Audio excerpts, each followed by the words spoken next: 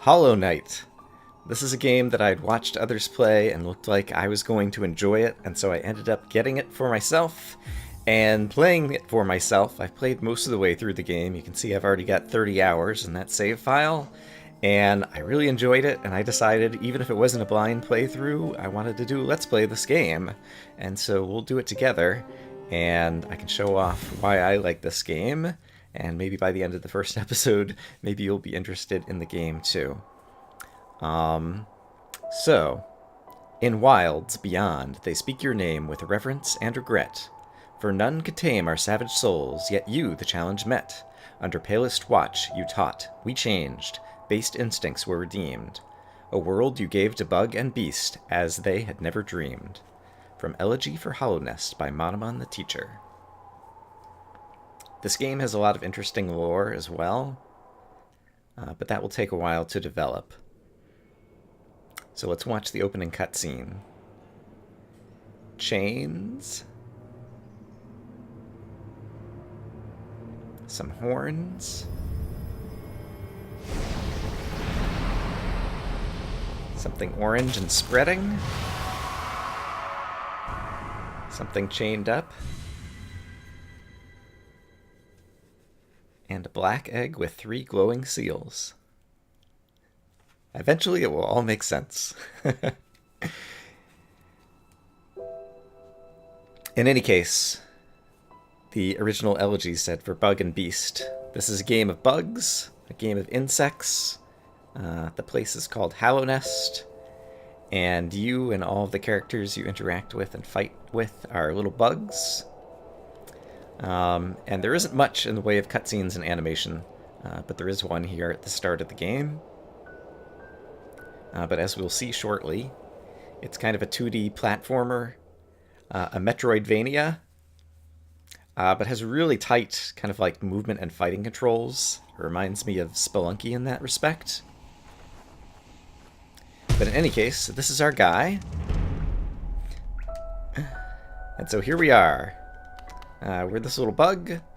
We can jump, we can slash, and things that we chop down kind of disappear beautifully.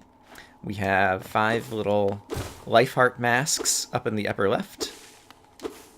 And the introduction kind of area tutorial is basically just teaching you to swing your sword. There's a little crawly bug that we can kill. And we pick up money from the enemies that we kill. Yeah, and I don't know how easy it is to tell. At the very beginning here, there's a lot of kind of background and foreground elements, like this spike right here, that you can break just because, I don't know, it's kind of beautiful animation to do so. This game has a lot of really good art, as well as good sound design and audio. So this is a place where we can get more money out of these rocks. The money is going to be called Geo. So here's some basic platforming. And yeah, I really like this game. It's really well polished. Alright, there was a falling stalactite. Let's read this. Higher beings, these words are for you alone. Your great strength marks you among us. Focus your soul, and you shall achieve feats which others can only dream. Collect soul by striking enemies. Once enough soul is collected, hold Y to focus soul and heal. So basically we have a healing spell. In the upper left to the left of my 21 Geo, you see I have this kind of container of light white liquid, and as I kill more enemies, that liquid increases. And I guess I'll let the next enemy hit me so I can take damage and we can show off the healing. Yeah, I was starting to say I really like this game. There's a place that we can go here, it looks like, and I don't remember what's here. Well, here's an enemy where I can take damage, for example. So let's show that off for a moment. Ouch! Alright, so now I've got 4 of my 5 life heart masks over in the corner. But I can hold Y and use up some of my soul in order to heal. And so that's what I just did right there. This game, yeah, my criticisms of it are few and minor. One of the criticisms, ouch, okay, falling stalactite, that I might have is the start of the game. Especially if you're playing blind. it doesn't explain a whole lot, and so there's a number of details that you kind of have to figure out on your own, and the game can be a bit challenging and frustrating at the beginning.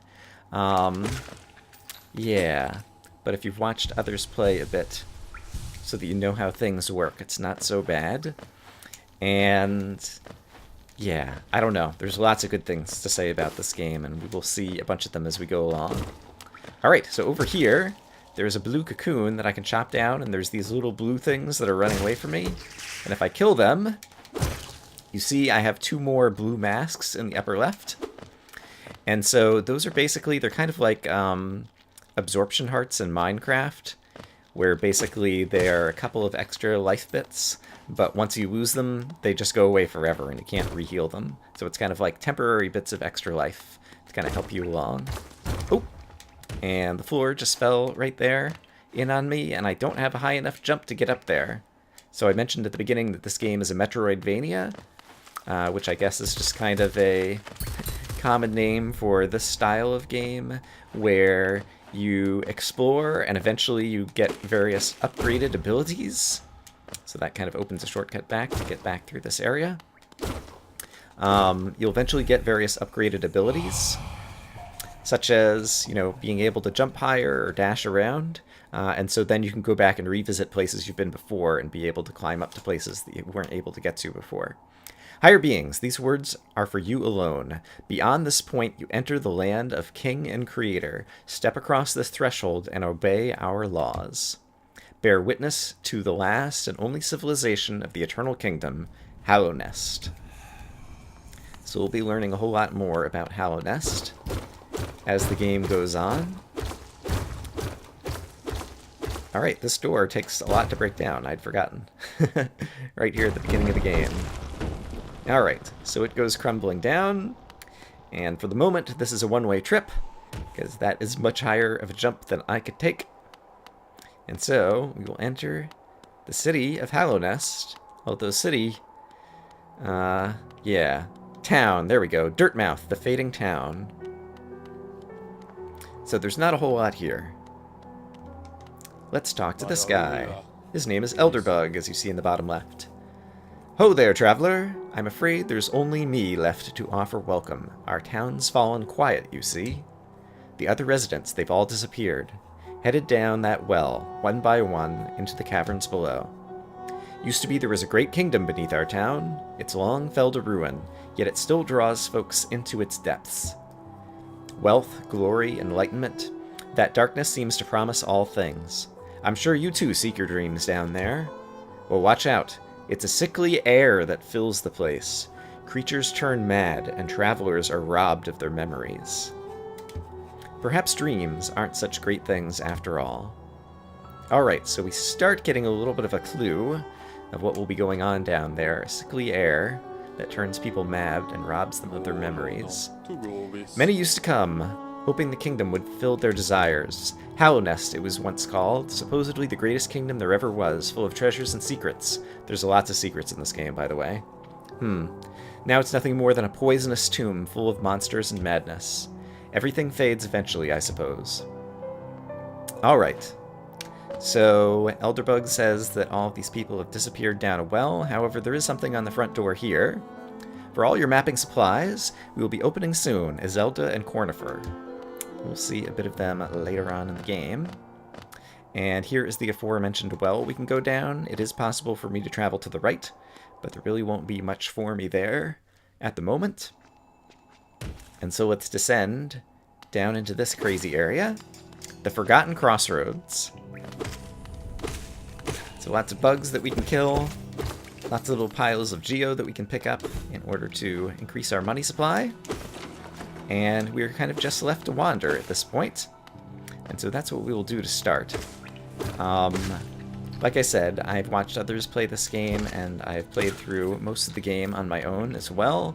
And so I will have, undoubtedly, kind of like a better sense of what are good directions to go at any given point in time, although the game is huge.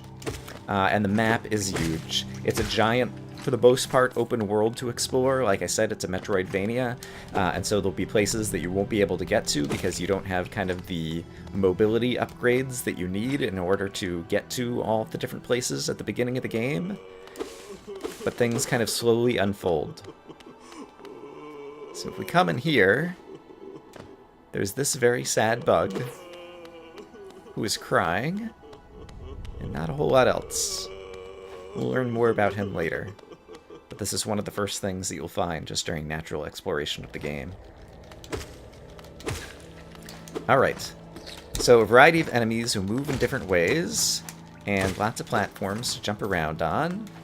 This is an area where, if I'm trying to collect money, it can be a little bit more difficult because some of the money will end up on platforms that I'm not going to go after every little bit of it, because there'll be lots of opportunities to earn money in this game.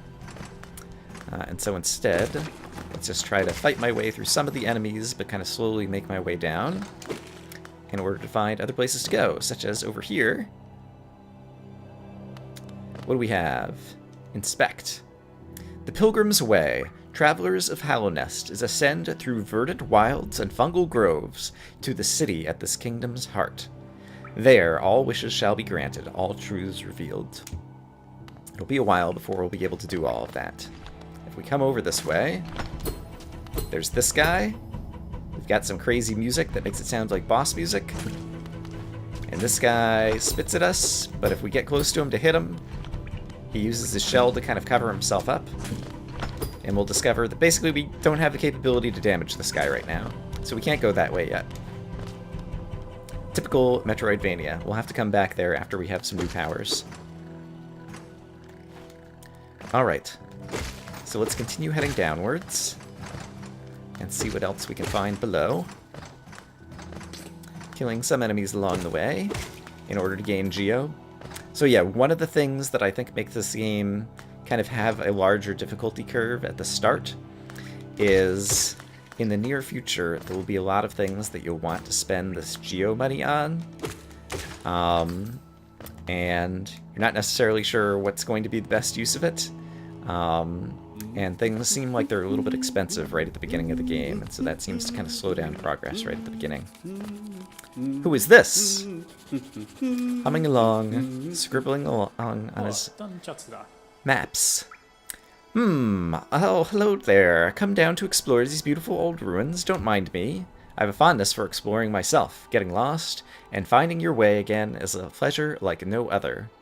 This guy also likes exploration. I love exploration. We're exquisitely lucky, you and I. I'm a cartographer by trade, and I'm working on mapping this area. Would you like to buy a copy of my work so far? Purchase a map of the area. Yes. Alright, acquired a map. Hold the left bumper to view a map of the current area. View a detailed map in the map pane of the inventory. A map can be a useful thing, but it alone won't show you where you are. If you're not the head for directions, I suggest purchasing a compass for my wife, Zelda. Aha! She's just now opening our new map shop in DIRTMOUTH, selling all sorts of useful things to wanderers like yourself. She'll even sell some of my old maps from time to time. I pop back in to see her whenever I finish mapping an area. She's always so excited to see me. Another thing that's important to know that isn't explained is it's often useful to talk to different bugs multiple times in a row because they'll have more to say. And so I recommend talking to everyone at least twice to see if they repeat themselves. Oh, by the way, I haven't introduced myself, have I? Yes, I should apologize for that. When you spend a lot of time by yourself, just your own thoughts, you forget the niceties of conversation. My name is Cornifer, and now it says Cornifer in the bottom left. I've always loved exploring the world.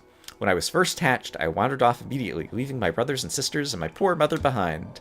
That's why as soon as I could, I moved to DIRTMOUTH with my wife. A huge, unending kingdom to explore, right on our doorstep. Who could resist? Anyway, I'll let you return to your travels. With a little luck, we'll meet again. Be safe, and farewell. Alright, so we got a map. If I hold the map key, it looks like this, and so it's kind of a sketch of the area. You can see DIRTMOUTH out going from the top, and we went to the left and kind of down the tall cavern into this one that has kind of a picture of Cornifer's face. And from here, there's a number of directions that we can continue to explore. As he mentioned, we could buy a compass, I think he said, from his wife Zelda, back up in DIRTMOUTH.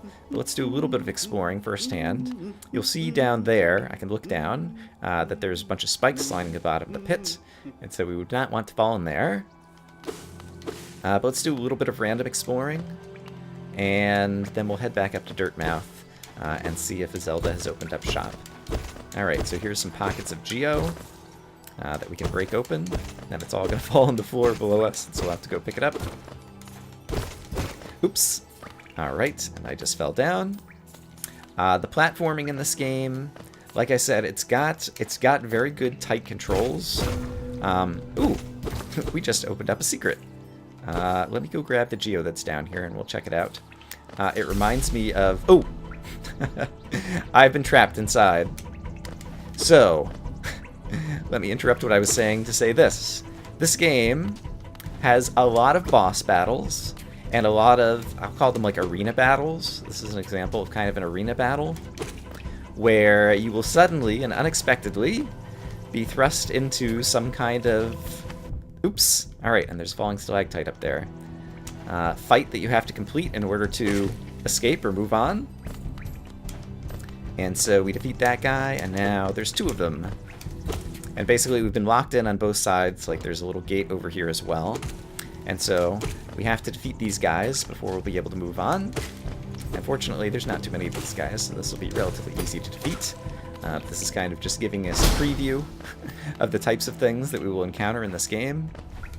I just wanted to make sure there wasn't any Geo up here. So yeah, really kind of tight controls in terms of movement and platforming like Spelunky, but until you get some of the movement upgrades, it's kind of a little bit weak because it's basically you can jump and you can hit things with your nail. I haven't shown the inventory. Let me show off the inventory actually. We currently have an old nail. That's our weapon. That's kind of like a sword that we can swing. Traditional weapon of Hallownest. Its blade is blunt with age and wear. And we also have the ability to focus soul, and we just bought a map from Cornifer. And I don't know that I've also mentioned it explicitly, but you can swing your nail kind of in all four cardinal directions in order to fight guys. And yeah, let's see. Let's explore, yeah, maybe just one more room.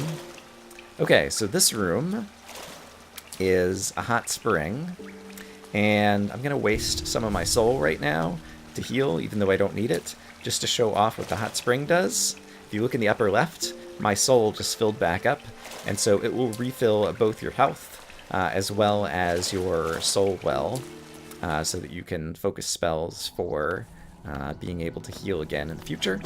And so that's a nice place to go for kind of a refresher.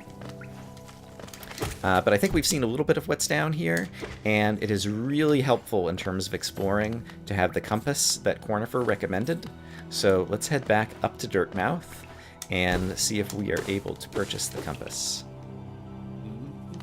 And along the way, I am going to continue to try to fight any bad guys that we encounter so that I can continue to earn more Geo, because like I said at the beginning of the game, you will want to have a lot of it because there'll be a lot of things that you'll want to buy. And yeah, apart from that, I think it'll be relatively straightforward to get back up to town.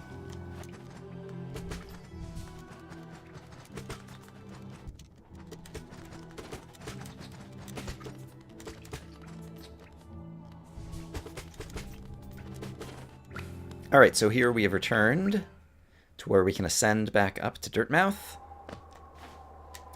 And if we head back over here, sure enough, the shop is now open. And so if we go inside, we can shop. Come to buy a map, have you? It's really my husband you should be dealing with, but what a surprise, he's headed down below. He'll pop back up occasionally to deliver new maps for the store, but I do wish he'd spend a little more time up here. I've not much interest in retail myself. Now, let's see what's here for me to sell. And it turns out that there will be a lot of things that are all related to mapping. The Wayward compass is one that is extremely valuable. Highly recommended. If you're having trouble finding your way in the maze of ruins below, try this charm. It will pinpoint your location on the map. Incredibly helpful for finding your bearings in unfamiliar locations. I don't have enough to buy it yet. However, I do have enough to buy this. Quill. You'll need this if you want to update your map with new areas as you explore. It's essential for anyone serious about mapping. And so I'm going to go ahead and buy this one so that we can see kind of what it's going to do. So we'll buy the quill, and we'll want to save up 220 so that we can get the Wayward compass. But I can go ahead and show that off. And I think to do that, first off, I'm going to talk to Elderbug, because I think he might have something to recommend. A young couple's just recently taken up residence in the house beside the station. Seems they're running a map shop, which may excite adventurous types like yourself. She's a tall bug, the wife. I told them to take a larger house, especially given they're all empty, but they like the look of that one. The way she has to bend just to get through the door, I wouldn't put up with it myself. And what else does he say? Here we go. Feeling tired? That bench may be iron, but I assure you it's quite comfortable. There's no better place to collect your thoughts before heading below. Plus, I enjoy the company. Not that you seem the talkative sort. And so, as I pass over the bench, there's the opportunity to rest. And when you rest at a bench, at the bottom it says Map Updated. This is also your opportunity to take the quill and update the maps that you have created. And so here, we can see a map of DIRTMOUTH and King's Pass, where I've started the game at the very beginning. And if we head down... Oops, I sat on the bench again. If we head down into the Forgotten Crossroads now, we will see that things have changed now that I've had the opportunity to scribble some of my own notes on the map. And so if I open the map down here, you can see the upper left area that I have explored is kind of filled in a little bit more detail, where the rest is just Cornifer sketches. And so that's what the quill allows you to do. But once again, the quill only actually updates the map during the time where you can sit on the bench and have an opportunity to kind of like sit down and write. And so sitting on a bench basically gives you the opportunity to update your map. Sitting on a bench also does some other things. I don't think we had a chance to see it there, but sitting on a bench to rest will also heal up your character. So if you've less than your maximum, currently 5 masks in the upper left, it would allow you to heal up. And so all of your health would come back. And I don't know that I've mentioned it, there's no fall damage in this game, although when you do fall from a great distance, it is the case that you'll be kind of temporarily stunned before your character gets back up again. And so hopefully you just kind of had a chance to see it there. There's another exit out of this cavern over in this direction, so let's go exploring this way while I talk. So yeah, sitting at a bench heals you, sitting at a bench lets you update your map, and sitting at a bench also gives you an opportunity to update charms. We don't have charms yet, but we will get some. Hopefully we'll get our first one before the end of today's episode, so that we can see that as well. And finally, the benches are kind of like the save checkpoints, I guess you might describe them. Let me hop down here and kill this guy. Basically, you can save and quit whenever you want. If I were to bring it up, you can quit to menu, and it says progress will be saved. I'm not going to do that right now because I want to continue playing. But when you reload the game, so over here you can already see a suggestion that at some point in the future we will get a wall jump, because that looks like a section that's designed for wall jumping, doesn't it? But we don't have that yet. Yeah, so you can save and quit at any time. However, you will restart at the most recent bench that you were sitting at, and so the benches are kind of like your reload places. So we haven't encountered this before. Once again, I'm going to use up some of my soul just to demonstrate what this does. It's a soul well that we can hit, and it fills up our soul, or at least it fills up part of our soul. And so you'll occasionally find those throughout the world, and they're a place that you can just kind of replenish some of your soul. Oh, that's another thing about benches. If I... Let's see. This isn't a good place to demonstrate it. Certain enemies will only respawn after you've sat at a bench. And if I have the opportunity to demonstrate that at some point in the near future, I will try to do so. But right now, I don't think there's a good spot to try to show that off. Alright, so on our map currently, right, we can't see where we are, but I'm in the bottom left, where there's kind of one sketchy section just to the left of me. So I'm going to go into that little sketchy section, and then when we return to the bench, we'll see that that sketchy section has kind of been filled in. Alright, these crazy things. They're relatively easy to avoid because they're slow moving, but they're just kind of giant worm things, and they're kind of armored, so we can't attack them. And over here, this goes even further to the left. That would have been off of Cornifer's originally sketched map. Ooh. And there's like pools of hot acid or something below me. And then there's this guy who's going to spit out other little bugs at me. But he gives off a lot of geo. Oops. Hey, there we go. And yeah, I think at this point, actually, this might be an opportunity to show off something. So if I exit the room, I'm going to go ahead and heal up since I just lost a little bit of health right there. And I re-enter the room. That guy who was spitting the bugs at me is no longer here. So this is one of the things that the game never explains to you. Yikes! I forgot about that. Alright, if you fall on acid or spikes, basically it takes 1 piece of damage off of your health, and it will reset you to some other checkpoint in the room, so you'll have to travel back over there again.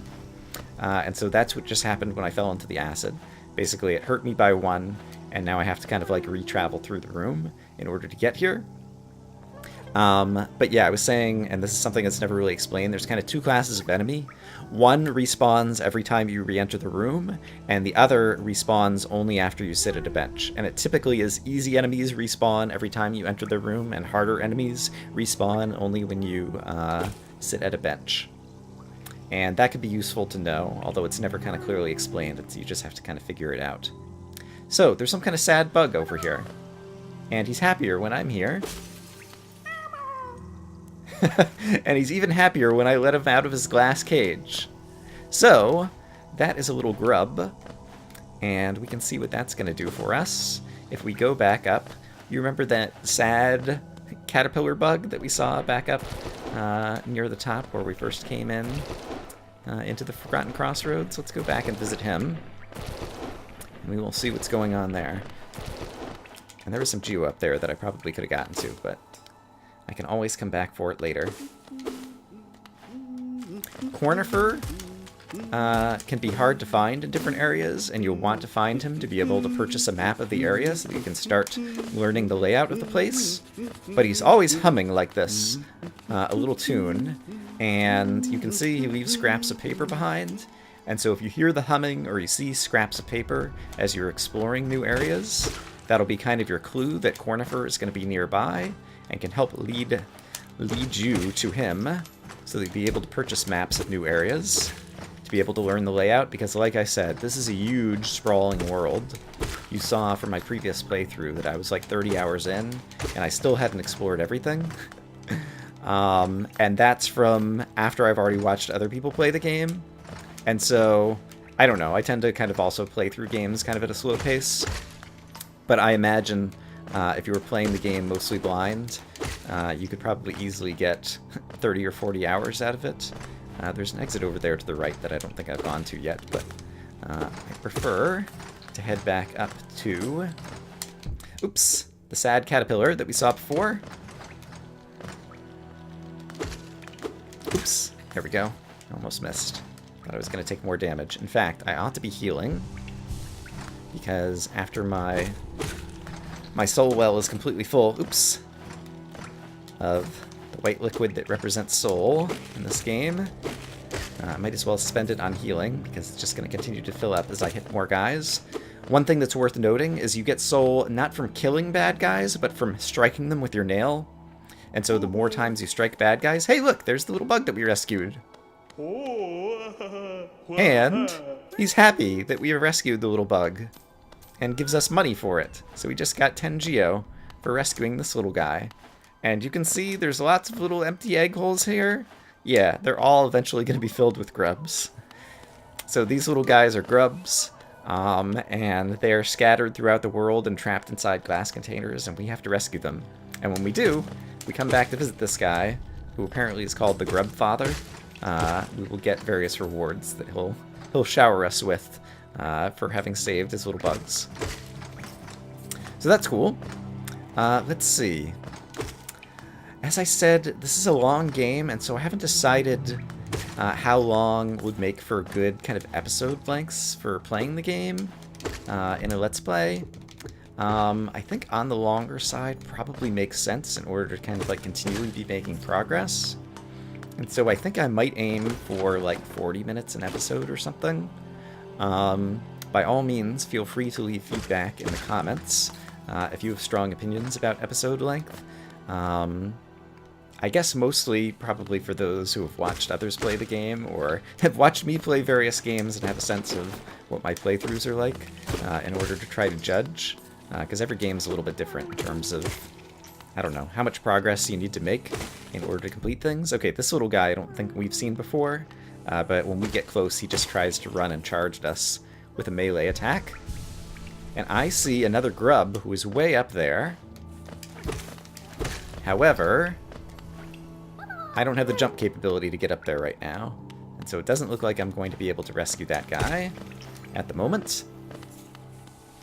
Yeah, and I think also a longer first episode is good in this game, just because there's a lot of exposition at the beginning and a lot of things that I'm trying to explain. Haha, okay. I used a damage boost to get over here. I didn't intend to do that. I was actually trying to do a down slash on the enemy, the flying enemy, in order to get up here, as kind of like a pogo move in order to jump up, but the damage boost also happened to work. And so that's an example. There's actually a few places where you can kind of do kind of like skipping ahead when you don't quite have the abilities to do something yet. But you can do things like, you know, pogo off of enemies in order to jump up higher than where you'd normally be able to go in order to kind of like get ahead in the game. This is another guy that we haven't seen before, and he just has kind of a jumping attack. You can kind of even run under him when he jumps at you. All the bad guys kind of at the beginning are relatively easy and straightforward, but then occasionally, all of a sudden, you'll get into an area where there's going to be a boss battle or an arena battle. So this guy charges at you with kind of like a rhinoceros horn. I guess rhinoceros isn't the right thing to describe it necessarily. Is there a better word? Beetle. I guess it's kind of like a beetle horn is more what I think of what that looks like. So yeah, lots of little different bugs. Each has kind of their own attack. For the most part, they're relatively straightforward to fight, and so that's good at the beginning areas. You're just kind of getting a feel for the controls of this game. Falling stalactites, I don't know that they give a whole lot of warning that they're going to be falling, so you just have to keep an eye out for them and be ready to react. Let's see, up here, some more of these flies. And in most areas, it is the case that the enemies kind of won't get aggro or kind of notice you until you get close, and so it's often the case that you can kind of like peel off one or two enemies to fight at a time in order to not get overwhelmed, especially if you're struggling at the beginning as you kind of learn the controls and don't have a lot of movement capabilities. And yeah, for now I'm just kind of exploring randomly, just to, I don't know, this game it's fun, especially if you're playing blind, just to go exploring and you never know what's going to be around the next corner. I'm also doing it as a way to just gather some more money, so we'll be able to buy the compass, which is something that I'd like to do before the end of today's episode. And like I said, the map is huge, and even though I've played through it and watched others play through it, I don't remember where everything is, and so perhaps we'll find something particularly interesting or a cool secret just as we explore through here. And, oh yes, here is something important. Let's go inside here.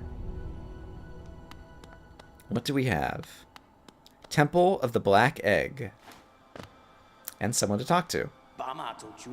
Hello there! How delightful to meet another traveler on these forgotten roads.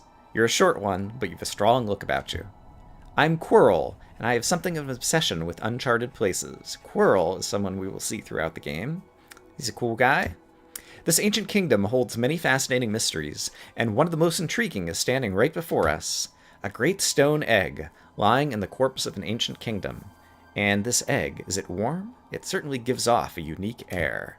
Can it be opened? There are strange marks all over it. I do so love a mystery, and who knows what other marvels lie even deeper below us. So yes, this black egg, you might recognize it as something we saw in the opening cutscene. We'll learn more about it later. For so long, I felt drawn here. So many tales full of wonders and horrors. No longer could I resist. I just had to see it for myself. And what a time I chose to arrive. This dead world has sprung to life.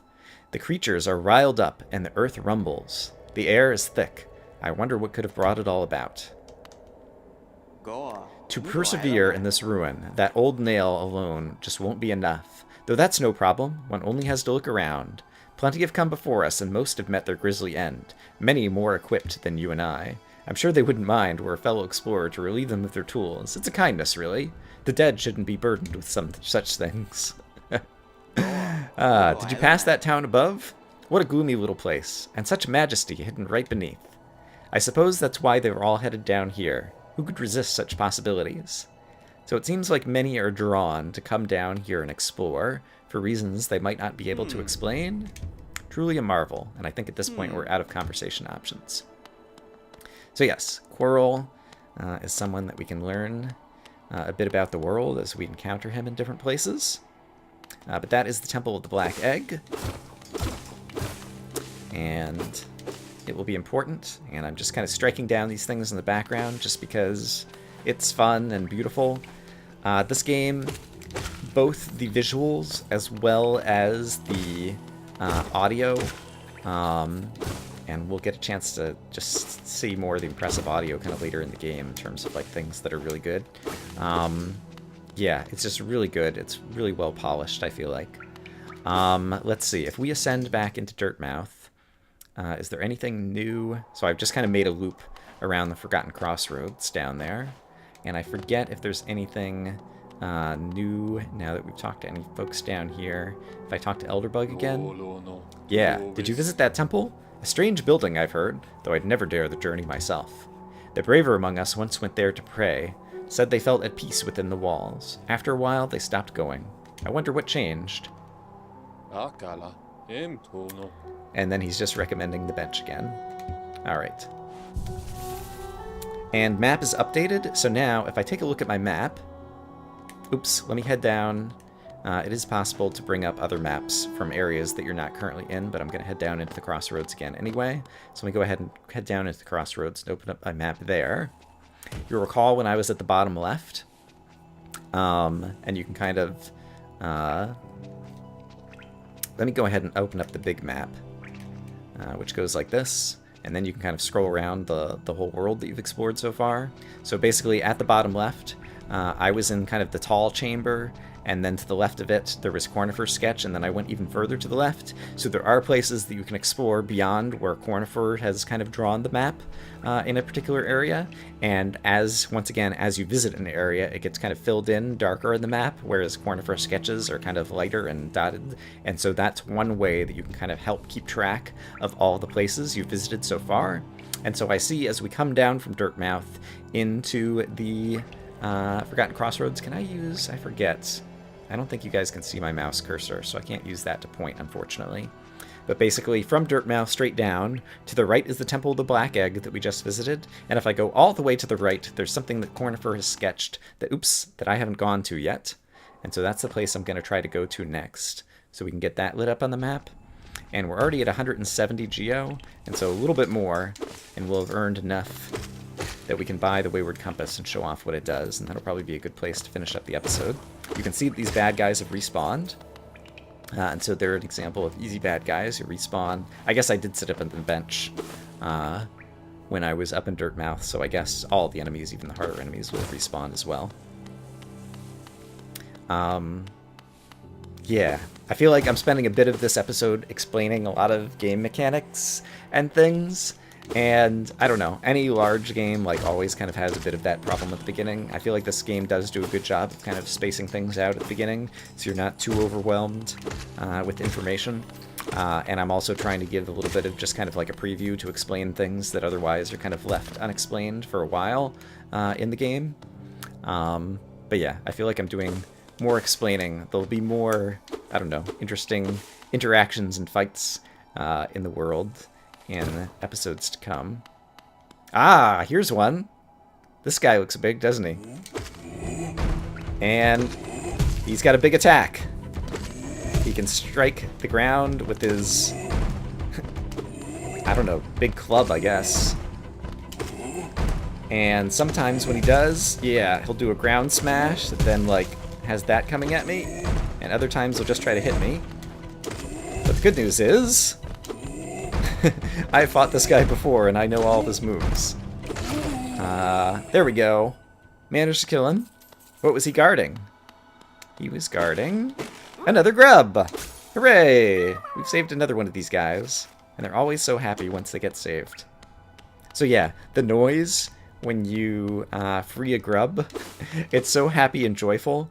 It's one of the best noises in the game. And there will be many opportunities to hear more of that in the future. Because there are lots of grubs to save. Oh, and he gave me a lot of money. I now have 230 Geo. Now that I killed that guy. And so, let's head back and buy the Wayward Compass, and I can show off how that works. And yeah, I think that'll probably be a good place to go ahead and finish up an episode for today. The Wayward Compass will be an example of a charm. And yeah, this game has a really interesting, they call them charm, but they're basically kind of temporary abilities. Well, not so much temporary abilities, but you can only equip so many of them at a time. Rather than try to explain it, it'll make a whole lot more sense once I actually get the opportunity to show it off on the screen. So let's go over to Izelda's shop. So remember, Izelda and Cornifer have this map shop. And so let's purchase the Wayward Compass. You also notice at the top of her shop or whatever, above where it says Wayward Compass, like there's like a picture of her face at the top. Wayward Compass, 220.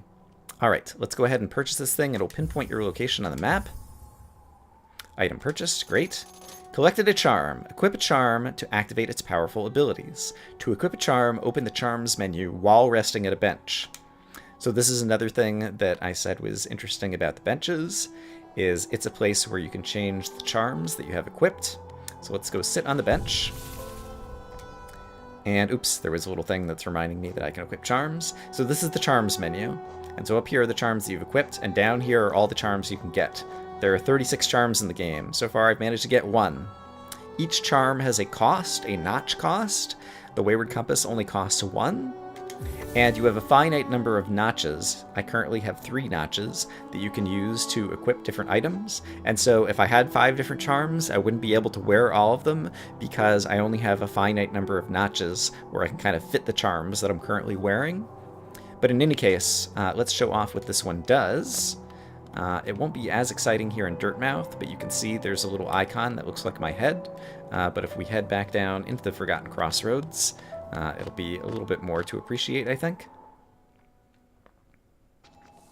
So if we head back down in here, now if I open up the map, you can see where my head is, and if I move into the room on the left, we'll be able to see where I am, and so this makes it much easier to navigate.